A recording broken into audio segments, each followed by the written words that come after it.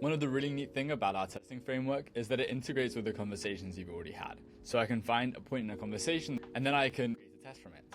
So here, for example, someone has been talking to our in-app support agent and said, I would like to upload documents and have myself read them, but not me do it. And then the agent hasn't really been clear how you can clone your voice and then use it for the text-to-speech. So I'm going to create a test from this point in the conversation. Then here, it will already load the entire context of the conversation, including the tool calls that have happened, the contextual updates, and everything that was spoken. And then I can describe the expected results of the conversation so that I can create a test and make sure it never happens again. So I've created a test that says that the agent should mention that ElevenLabs offers voice cloning if the user wants to use their own voice to read stuff out. This phrase from the user would never happen if an LLM was simulating the conversation. An LLM would never create an output that is this unclear. However, users, real people, do that all the time.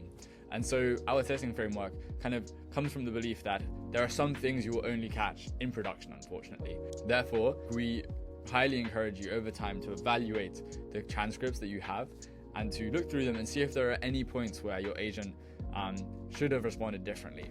And so now I've created the test, I can run it against the agent, and in a couple of seconds we'll get back a response whether the test has passed or not. So the test has still failed because we haven't updated the agent yet.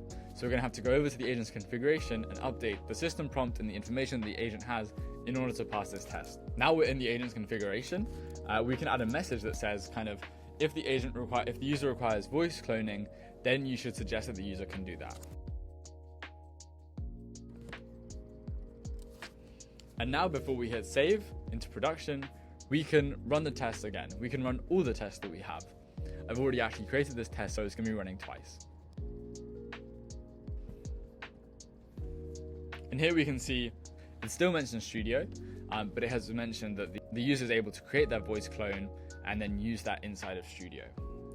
Now over time, you could add more refined success and failure examples to make the test harder or easier to pass.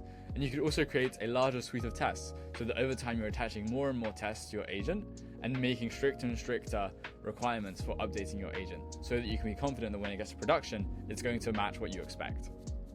So that was a brief overview of how you can attach tests to your agent and iterate with confidence. And we look forward to seeing what you can build with it.